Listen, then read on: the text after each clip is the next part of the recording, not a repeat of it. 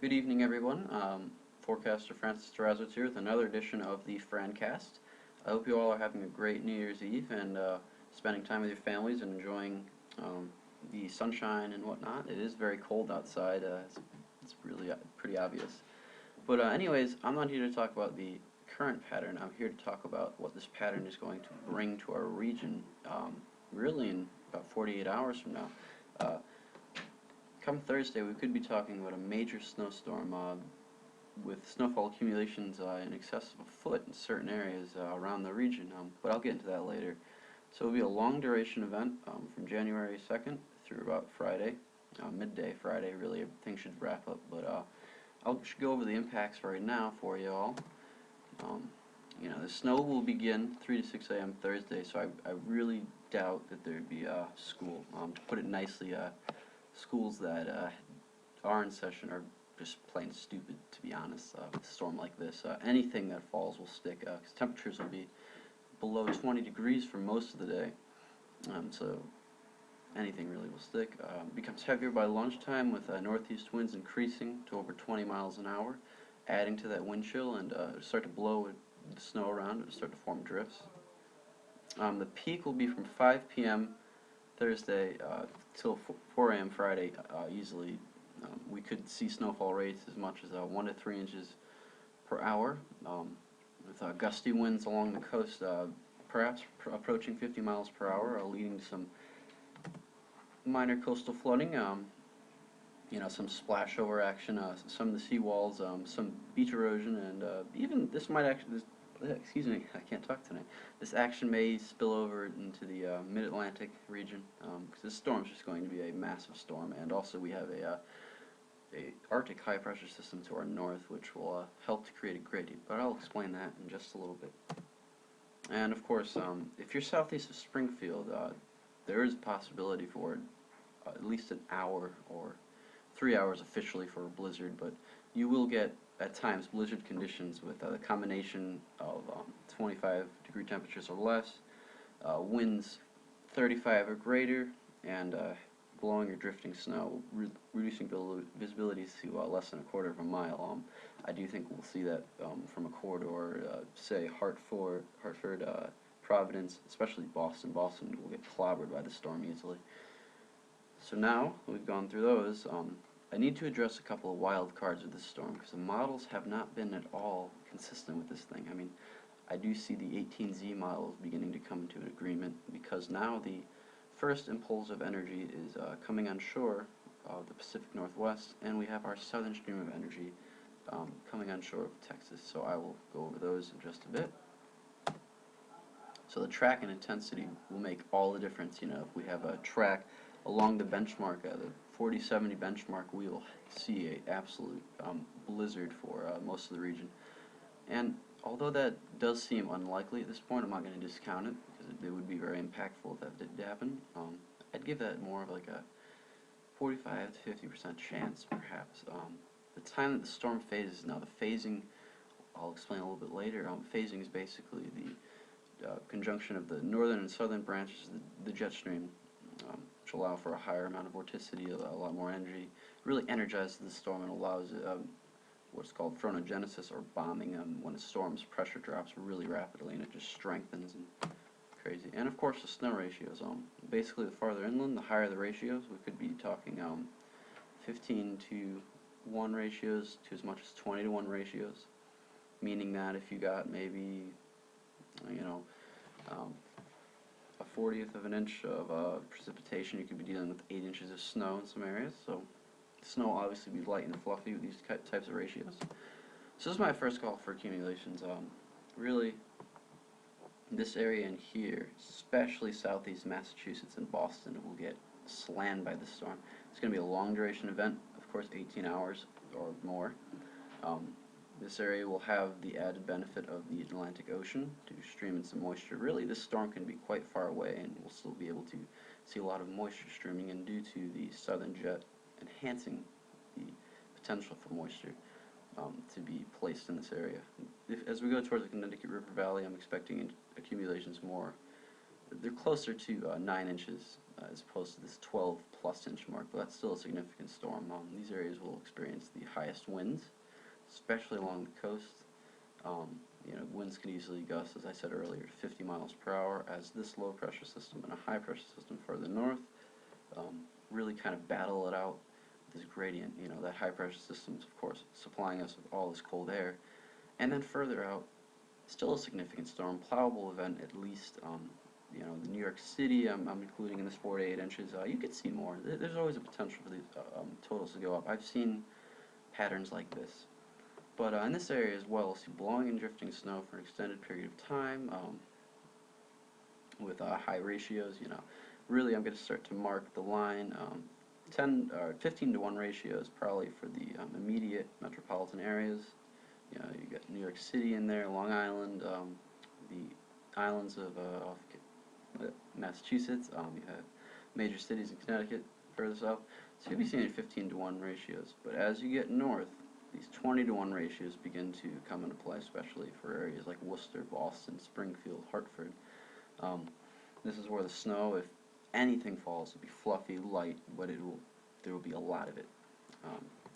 So let me go into more of the scientific point of view here. I'm going to start off with a current water vapor loop. And, it honestly does not take a meteorologist to realize that we are dealing with something that could be pretty big. We have a southern jet stream, you can see it right here, full of moisture, full of energy. You see thunderstorms actually developing in the tropics here. This really is dividing the country between very cold air, the polar vortex is about up there, and this sort of tropical air mass. But this is very undermodeled, and I do think the models will begin to correct towards this. I think the NAM did, which I'll show you after. It's the North American Mesoscale. And then our impulse right here, this will be the Kickstarter for our storm to develop. It'll begin to develop around Kansas, the Midwest, Panhandle, Oklahoma, that area. Go east, sort of lose its punch. As it does so, transfer energy off the coast, and that energy will be able to ride up the coast. Now, depending upon several factors, actually I'll get into that with this model. This is a 500 millibar model. I know it's kind of confusing, but this is basically 18,000 feet in the air.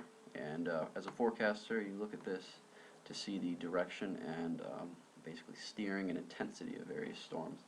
So right now we see our piece of energy on the west coast that I mentioned right here. See your piece of energy over Texas, and you see a broad trough over the eastern U.S. The flow is pretty zonal, so you're not seeing a lot of blocking, although there is what we call a 50-50 low pressure system in this area, 50 north, 50 west, which does tend to block up the pattern a bit and does allow for storms to form and intensify. So here we go, we have our northern branch of energy, southern branch of energy, nearly phasing. I wouldn't say phasing, meeting up, beginning to interact. So here we have a very positively tilted trough. Not a lot of energy. This is very flat. Go forward in time here. Notice what begins to happen. The trough becomes neutral to negatively tilted, and this piece of Gulf energy is sort of forced up and along the coast, which could enhance some moisture. So there we go. We have a partial phase at the coast, and widespread, at this point this would be a widespread snow event, Maine down to perhaps the mid-Atlantic. Now what does this look like at the surface? Well, first I'll show you the latest snowfall potential. So this is our NAM model once again, North American Mesoscale, showing up to 12 inches for the Boston Metro. As I said before, this area in here could really get slammed. I think it's underdoing it with the Connecticut River Valley and points south, I really do. I don't see why this area gets less than 8 inches of snow. So, oh man, I think I lost that other page. Let me just type it in for you here. Ugh. Should have been a bit more prepared. I just wanted to get this video out as quickly as possible. Sort of show you guys and give you guys a heads up as to what's going on with this storm, because it could be rather impactful. And I'll go right to this. So keep in mind that 500 millibar map that I showed. This massive sort of vorticity maximum, if you will, a low pressure system, basically an area of moving air,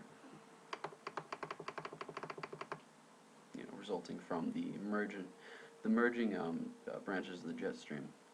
This is what it looks like at the surface. So we go out in time here, back that up for you, a bit of a tease.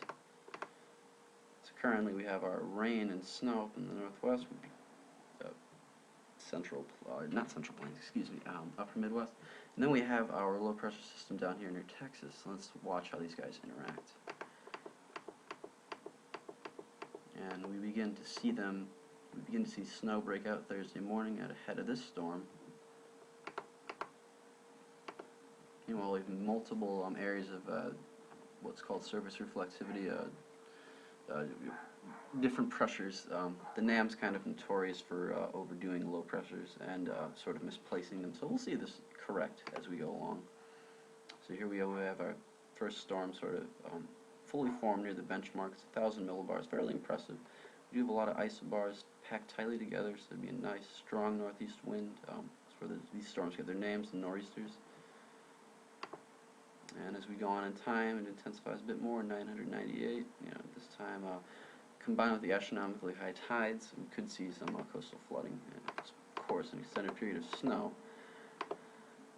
So, what I'm seeing right now, it's generally a storm that we're sort of used to around here. Nothing exceptionally bad, like nothing to the level of any blizzards we've seen in the past, but certainly enough to impact your Thursday and Friday. I do believe that we see the peak of the storm once again Thursday night through Friday morning. There's potential for multi-day school cancellations, which would be a bit more realistic because vacation supposedly ends on Thursday, which really makes no sense to me. But anyways, I hope you guys got some information from this video, and I'll actually end with this. I'd like to thank you all for watching this video. I wish you all a happy and safe New Year's, and thank you for liking the Francast and checking out this video. I'll do updates, of course, as the storm gets closer, as details get better refined, but for right now, if you can, share this video with your friends, family, get them aware that this storm does mean business and that it will drop snow. For now, stay safe out there and have a great night.